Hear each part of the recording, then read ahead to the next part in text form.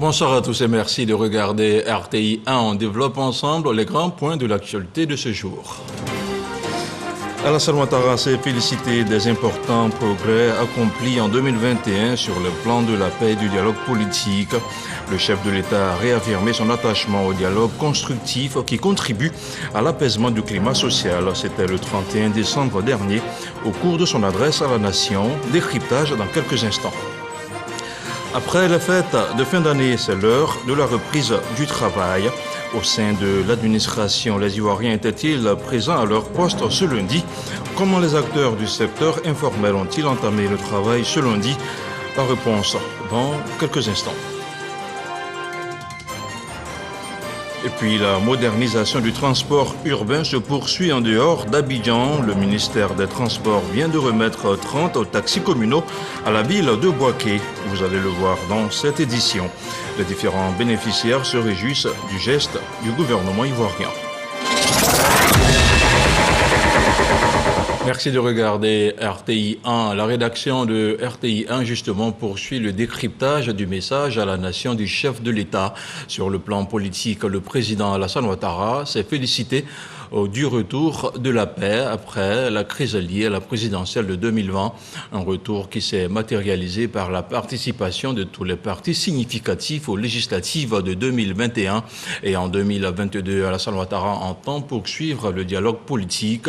Retour sur son discours vu par Michel Digré.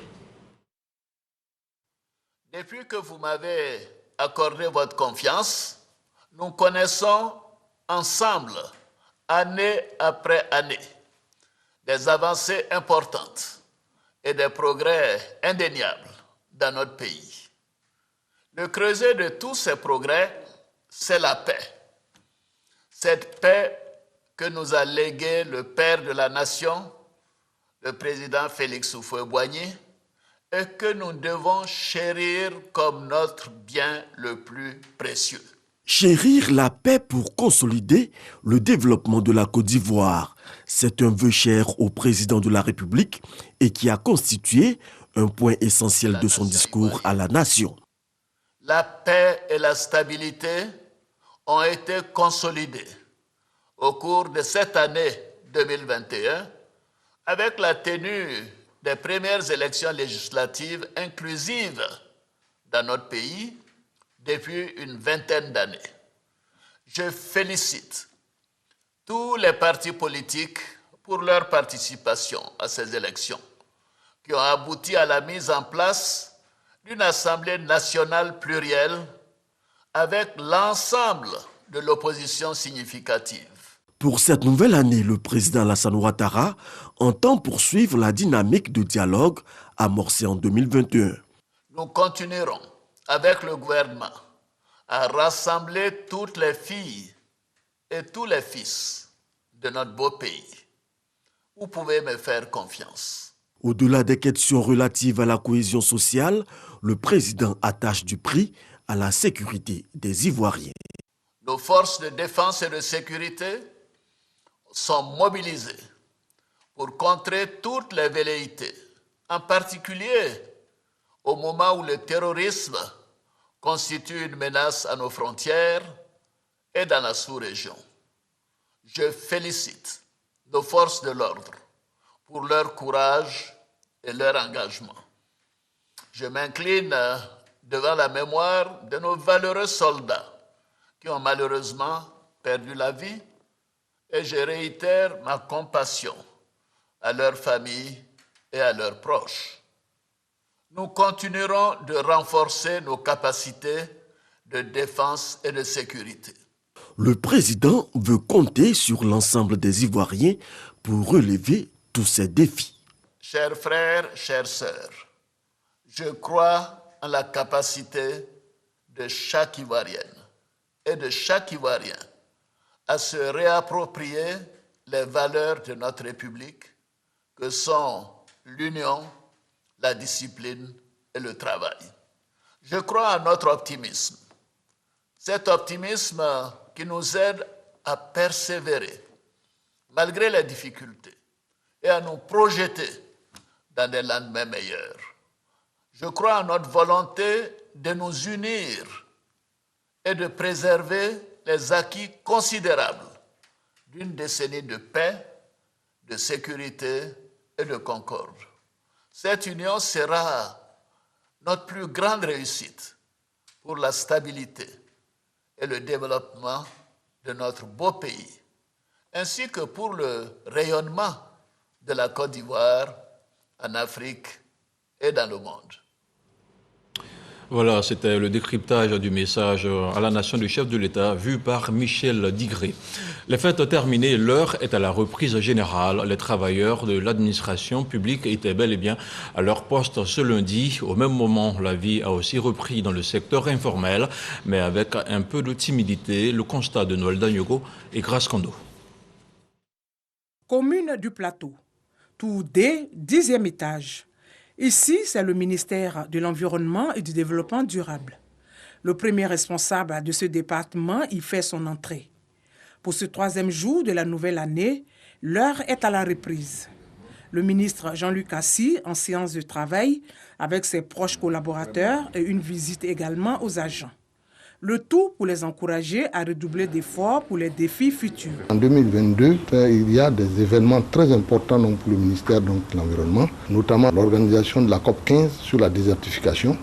Et donc, les agents ont besoin de redoubler d'efforts. Ils ont besoin de travailler vraiment avec professionnalisme. Et c'est ce que je suis venu leur dire. Nous allons aller à 100 à l'heure. Au ministère de l'Environnement et du Développement durable, les défis sont connus.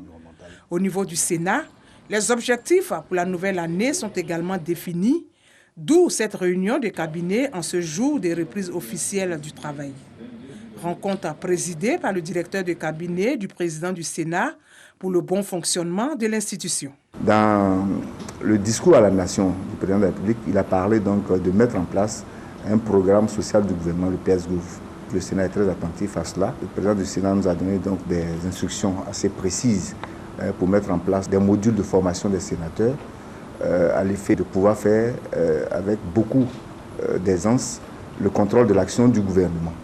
Et donc les sénateurs seront formés donc, au suivi de ces projets de ce PS-Gouv. Si la reprise est effective dans les administrations publiques, au niveau du secteur informel, la vie reprend timidement son cours, à l'exemple des transporteurs. Habituellement, on peut faire 7 ou Cocodiangré, mais aujourd'hui, je suis dans mon 3e voyage. Vraiment, c'est un peu dur. Les clients traînent. Aujourd'hui, vraiment, c'est pas trop ça. Ouais, depuis le matin, c'est pas comme d'habitude. Actuellement, on peut faire 2 heures, 1 heure, c'est pas encore chargé. D'habitude, 1 heure même là, c'est trop, c'est déjà chargé. Côté commerce, certains magasins sont encore fermés, d'autres par contre sont ouverts. Je viens de la commune d'Abobo, je suis venu faire mes courses à Djamé. Bon, au lendemain de la fête, j'ai pensé que les magasins étaient fermés. Mais à ma grande surprise, je constate que les commerçants sont toujours ouverts et j'ai pu effectuer mes courses. J'ai eu la majorité de mes articles que je voulais. En définitive, en ce 3e jour de l'an, la reprise des activités reste encore mitigée. La vie reprend progressivement son cours normal. C'était aussi la reprise générale des cours sur l'ensemble du territoire national. Après 2 semaines de repos, tous ont répondu présents à l'appel des sirènes. Dans la commune de Cocody, une équipe de reportage de la RTI a sillonné quelques écoles. À l'Éclaverie, Didier Nguesson. Sur le terrain du lycée classique d'Abidjan, comme dans les salles de classe, il y a du monde ce lundi matin 3 janvier.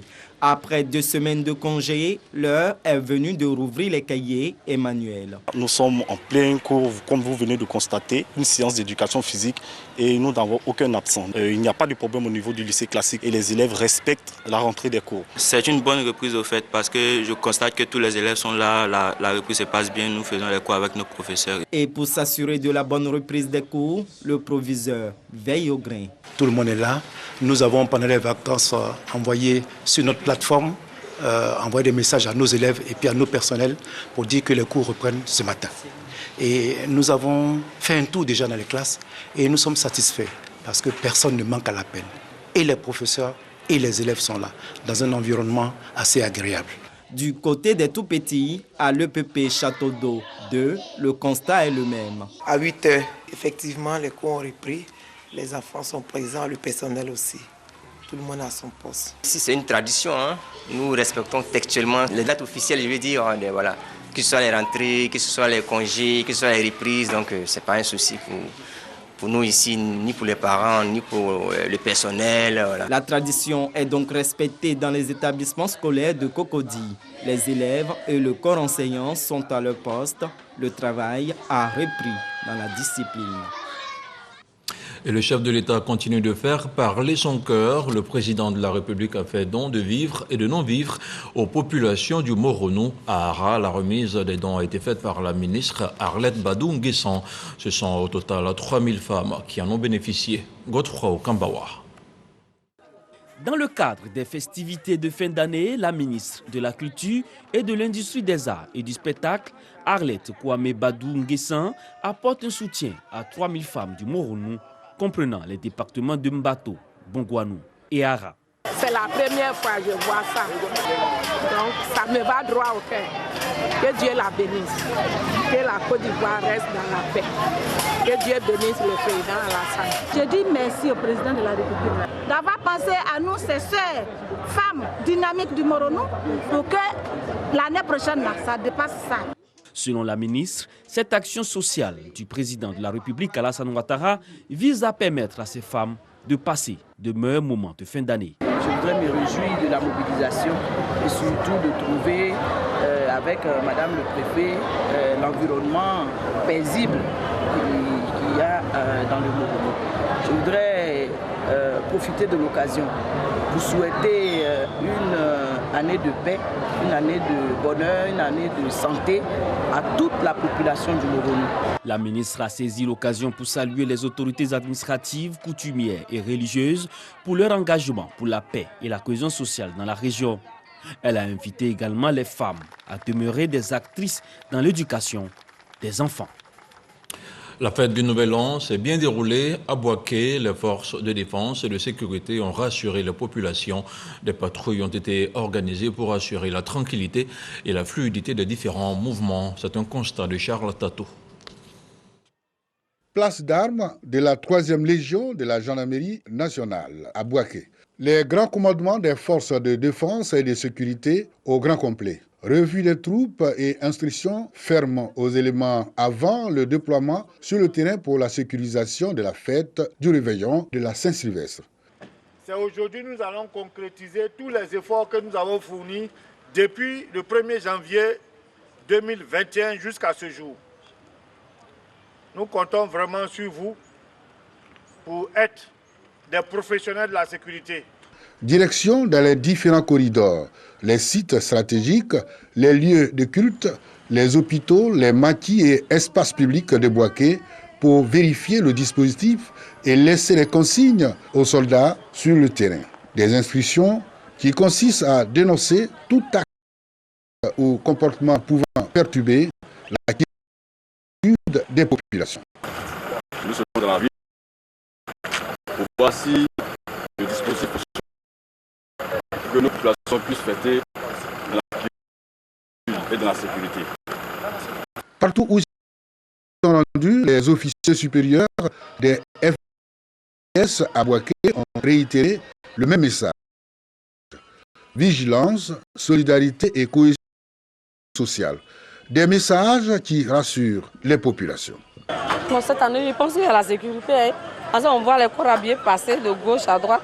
On se sent en sécurité, on se sent à l'aise. Voilà, ça se passe bien. L'opération Mirador 2021 va mobiliser jusqu'au 6 janvier 2022 17 000 soldats, tous les corps confondus, sur l'ensemble du territoire national.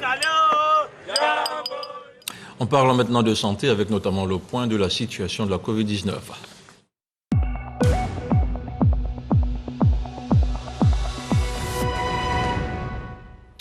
Le ministère de la Santé, de l'Hygiène publique et de la couverture maladie universelle a enregistré ce lundi 3 janvier 2022 425 nouveaux cas de Covid-19, 432 guéris et un décès. À la date du 3 janvier, la Côte d'Ivoire compte donc 72 777 cas confirmés, dont 62 949 personnes guéries, 721 décès et 9 107 cas actifs. Le ministre de la Santé, de l'Hygiène publique et de la couverture maladie universelle invite toutes les personnes de plus de 18 ans à se faire vacciner dans les centres dédiés. Il rappelle que le vaccin contre la Covid-19 est gratuit et volontaire. Après donc 2 semaines de redressement à Bembresso, les 70 élèves qui réclamaient des congés anticipés ont regagné leur domicile hier dimanche. S'ils ont participé à des corvées, ils ont aussi été formés aux valeurs civiques et citoyennes et au respect des institutions. Le témoignage de Franck Kodio. Ils sont 70 élèves identifiés récemment comme responsables de troubles dans leurs établissements scolaires avant les fêtes, dans l'optique de congés anticipés des élèves qui viennent de passer 2 semaines au centre de service civique de Bembresso. Un séjour mis à profit pour leur inculquer les notions de protection de la chose publique, service civique et engagement communautaire, mais aussi le secourisme. La vue de ces enfants aujourd'hui me ravit. Parce que ça fait 39 ans que je suis à l'école. Donc on a vu beaucoup de choses, beaucoup de situations. Et cette initiative du ministère de la Jeunesse et de la promotion de la jeunesse et puis du ministère de l'Éducation nationale est à saluer. Ce dimanche 2 janvier, c'est le jour de leur sortie. Ils reçoivent la visite du ministre de la Promotion de la Jeunesse, de l'Insertion professionnelle et du Service civique. Mamadou Touré, satisfait du bon comportement de ses élèves, il les exhorte à être désormais des ambassadeurs de la non-violence au sein de leurs établissements. Je souhaite que vous saisissiez la seconde chance qui vous est donnée. J'espère que vous nous ferez honneur et qu'on n'entendra pas qu'un jeune sorti de Bembresso a été repris parce qu'il s'adonnait à des actes de violence donc dans son établissement. Parce que si vous replongez, et je pense qu'avec tout ce qui a été fait, vous n'allez pas replonger, mais si vous replongez ces 9 mois à Bembresso, c'est surtout l'exclusion définitive de vos établissements, avec pour certains la possibilité de se retrouver en milieu carcéral. Des élèves qui retournent dans leurs familles respectives. Le ministre Mamadou Touré promet de maintenir le contact avec parents d'élèves et chefs d'établissement, mais aussi de renforcer le cadre légal. En attendant la fin de la procédure judiciaire, ces 70 élèves pourront dès ce 3 janvier reprendre le chemin de l'école. 300 kits scolaires aux élèves du village de Teiri, c'est un don de Colette Pelot, conseillère économique et sociale. Il s'agit pour elle d'aider les parents à assurer la prise en charge de leurs enfants. Le commentaire d'Abou Sanogo. Teiri est une localité située à une trentaine de kilomètres de la ville de Gagnoa. C'est ce village que Colette Lakbé a choisi pour faire don de 300 kits scolaires composés de cartables, de manuels, de cahiers et de stylos, remis aux 10 meilleurs élèves de chacune des classes du CP1 au CM2. Objectif, contribuer à la prise en charge des enfants et aider leurs parents. Ce geste de Mme Dominique Ouattara nous interpelle. Il nous rappelle nos obligations de parents vis-à-vis de nos enfants et de nos petits-enfants. Ces responsabilités de demain ont besoin d'une bonne éducation, d'une bonne formation. Les écoles de ce village souffrent d'insuffisance d'instituteurs, avec 857 écoliers du primaire répartis dans 4 écoles et 57 de la maternelle. Je vous le disais en titre, 30 véhicules à usage de taxis communaux viennent d'être remis à la commune de Boaké. La remise officielle s'est déroulée jeudi dernier. C'était en présence des autorités locales et des acteurs du transport de la région de Boaké. Charles Tatou. La modernisation de la ville de Boaké continue. Après l'arrivée des bus de la Sotra, c'est au tour des véhicules à usage de taxis communaux appelés Ivoire Taxi de s'injecter dans la circulation, contribuant ainsi à l'enrichissement du transport urbain de la localité. L'appel que nous lançons à ces utilisateurs est de tout faire pour que véritablement la question de la lutte contre l'incivisme soit donc respectée au niveau de Boaké. 15 entreprises locales du domaine du transport dans le Boaké en sont les bénéficiaires. Les directeurs généraux de l'autorité de mobilité urbaine de Grand Abidjan et du Fonds de développement du transport routier, Mohamed Kouyaté et Kwaku Romain, ont procédé à la remise officielle des véhicules Boaké Ivoire Taxi. À Boaké, le ministre a pris l'engagement de mettre à votre disposition 200 véhicules à usage de taxi neufs. Et nous souhaitons poursuivre ce projet avec vous en espérant que cette phase test permettra d'obtenir les résultats souhaités dans un bref délai. Ce projet, n'est-ce pas, de développement du parc auto étend et améliore le confort et la sécurité dans le transport des populations et participe aussi à la belle renaissance en cours de la ville de Boaké. Nos remerciements à son Excellence, Monsieur le Président de la République, et à l'ensemble des membres du gouvernement pour leur soutien indéfectible au niveau des actions de développement et de modernisation des transports. Ces véhicules Boaké Ivoire Taxi vont contribuer à coup sûr à la consolidation de Boaké dans sa position de deuxième grande ville du pays après Abidjan. Autre chose à présent, les agents chargés de la surveillance des lacs de Kossou et de Tahabo se renforcent en matériel de pointe. Ils vont pouvoir surveiller avec efficacité les activités de pêche clandestine en mettant fin aux pratiques illicites. C'est le ministre Sidi Touré qui a procédé à la remise des équipements. Le compte-rendu de Kader Sogodogo.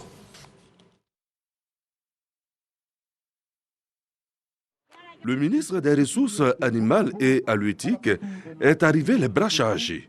Moteur hors bord de 25 chevaux, coque en aluminium, gilet, bouée de sauvetage, jumelles et GPS. Du matériel de surveillance destiné aux services de pêche de Kossou et de Bio. De quoi mener à bien leur mission de terrain. Les métiers de la pêche sont nobles et jouent un rôle important dans la vie de notre pays. La pêche sur le lac de Kossou représente plus de la moitié des captures des pêches artisanales continentales en Côte d'Ivoire. En effet, la pêche de manière générale et en particulier la pêche continentale est au cœur du dispositif de notre ministère dans sa politique. Je voudrais exhorter l'ensemble des bénéficiaires à faire bon usage de tous ces équipements dont ils sont bénéficiaires aujourd'hui. Je voudrais aussi dire merci à la BAD pour son appui au développement des pêches en Côte d'Ivoire. Véritables bénéficiaires de ces actions, les communautés de pêcheurs.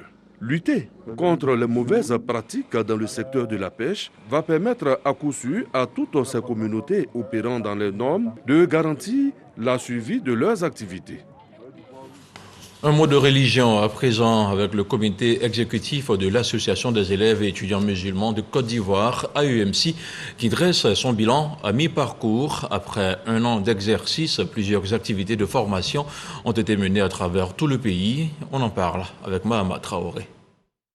Exercice de redevabilité à mi-parcours pour l'actuel comité exécutif de l'AEMC, Association des élèves et étudiants musulmans de Côte d'Ivoire. Le président Brahima Dembélé et son équipe présentent aux AEMCistes l'étendue des activités réalisées à mi-mandat, entre autres plusieurs concours d'excellence et des séminaires de formation qui ont réuni plus de 11 400 apprenants. Un bilan jugé satisfaisant par l'imam central de l'AEMC, Imam Sekou Sila. Votre passage à l'AEMC va vous servir dans votre vie active. Et c'est pour cela que je vous invite donc à être des AEMCistes dignes de ce nom et d'être à la hauteur de l'espoir qu'on place en vous. Ancien membre de l'AEMC et parrain de cette assemblée générale ordinaire, le député de Divo Commune Famoussa Koulibaly exhorte les AEMCistes à être des modèles dans la société. On peut aller à l'école, apprendre sa religion, mais en même temps aussi être parmi les meilleurs. Donc, et le prophète sallallahu alayhi wa sallam avait des compagnons qui excellaient dans tous les domaines. Aujourd'hui, on a des grands avocats qui servent la communauté, on a des grands ingénieurs qui servent la communauté, des grands docteurs dans tous les domaines. Il faut rêver. Le mandat de l'actuel conseil exécutif de l'AEMC dure 2 ans et s'achèvera en décembre 2022. Non à l'immigration irrégulière, c'était le thème de la 11e édition du Festica, le festival culturel et des arts d'Abobo. Il a bénéficié cette année de plusieurs soutiens, dont celui du ministère de la Culture, de l'UNESCO et de la mairie d'Abobo. Outre les concerts et le carnaval, des bourses d'études ont été offertes. Serge Pacom Didi, Franck Kodio pour le commentaire. 11e édition du Festival culturel et des arts d'Abobo et un thème évocateur, non à l'immigration irrégulière. Il s'agit d'exhorter les jeunes de la commune à ne pas emprunter les voies de la Méditerranée ou du désert à la recherche de l'Eldorado, un combat mené par le commissaire général depuis plusieurs années. Le bureau pays de l'UNESCO à Abidjan apporte son soutien. Depuis 2000, j'ai initié une émission à la télévision ivoirienne qu'on appelle Eldorado, c'est ici. C'est un combat personnel parce que j'estime qu'il y a eu trop de morts. Et j'estime aussi que quand on regarde un peu la nomenclature de la société ivoirienne, on se rend compte rapidement qu'ici il y a du travail. Mais c'est comment faire pour avoir ce travail-là qui est parfois un peu difficile. Ici, on peut rester en Côte d'Ivoire, se réaliser. Depuis plus de 10 ans, le Festica anime la commune toutes les fins d'année. Un festival multiforme qui, entre autres activités, assiste les familles en situation de nécessité à travers la remise de bons d'études et de kits scolaires. Cette édition du Festica 2021 a la caution du ministère de la Culture, de l'Industrie des Arts et du Spectacle, de Kandia Kamara, maire de la commune, et du directeur de la RTI Radio-Télévision ivoirienne. Notre Abobo a un grand festival. Abobo donne le meilleur à la Côte d'Ivoire. Les plus grands talents, les plus grands artistes, les plus grands musiciens, les plus grands chorégraphes de Côte d'Ivoire sont partis d'Abobo. Et aujourd'hui, avec la politique du président Alassane Ouattara, chaque Ivoirien a la possibilité, selon son travail, de se faire une place au soleil, ici, en Côte d'Ivoire. Abobo, c'est beau, Abobo, c'est zo. L'honneur me revient de représenter Madame la ministre d'État, maire de la commune d'Abobo, Madame Kandia Kamara. Malgré les difficultés, Kunta a toujours apporté la joie aux populations de la commune d'Abobo et en particulier les jeunes. Madame la ministre d'État m'a donc demandé de vous remercier, Kunta. Un festival sans musique, une hérésie. Plusieurs artistes de renom ont alors égaillé les populations d'Abobo à ce 11e Festica. Après près de 40 ans de bons et loyaux services rendus à la télévision nationale ivoirienne, un éminent journaliste a pris sa retraite le 31 décembre dernier. Noël Sakalou Nyagno a été célébré par les agents de la rédaction de RTI 1. C'était au cours d'un dîner gala, un moment rempli d'émotions. Le compte rendu de Cheikh Koné. Des salutations chaleureuses, des accolades fraternelles certainement qui marquent les derniers instants de Noël Nyagno au sein de la radiodiffusion télévision ivoirienne. Après 38 ans de service, Sakalou Nyagno fait valoir ses droits à la retraite à 65 ans. Au cours d'un dîner gala, ses collaborateurs lui ont rendu un vibrant hommage. C'est dans une ambiance festive qu'ils ont tenu à exprimer leur reconnaissance pour toutes ces années passées en sa présence. On le laisse partir avec beaucoup de regrets, mais on a voulu le célébrer dans les règles de l'art, lui montrer qu'il est important, qu'il a vécu utile, qu'il a été un homme bon, qu'il a encadré la jeunesse et puis il a été loyal dans le travail. Bon vent, Noël Nyagno. Rentré en 1982 à la RTI en qualité d'ingénieur de son, il gravit les échelons s'essayant avec réussite au métier de journalisme. Il occupe le poste de sous-directeur de l'information pendant 1 an. Noël Nyagno est un homme de principe et de valeurs. Je n'ai pas de mots, c'est formidable. Je voudrais adresser tous mes remerciements à la rédaction de la Première, à sa direction et surtout à la direction générale de la RTI qui a consenti ce gros sacrifice. Vraiment, merci à vous tous et je reste éternellement lié à cette rédaction parce que vous avez démontré que je suis membre éternel de cette famille. Plusieurs personnalités à cette cérémonie ont témoigné des bienfaits de ce travailleur infatigable. Vous avez donné votre intelligence, votre énergie, votre vie à la RTI. Je pense que vous méritez qu'on vous célèbre. Et je voudrais donc vous féliciter au nom du directeur général pour ce parcours brillant et pour les bons souvenirs que vous laisserez à la RTI. Le ministre me charge de dire que nous comptons beaucoup sur lui. Et surtout pour ces moments sensibles. Donc son expérience pour approfondir le corps de l'eau du bois, une région spéciale, une région très sensible. Nous comptons sur vous, sur votre expérience, sur votre maturité, sur votre savoir-faire.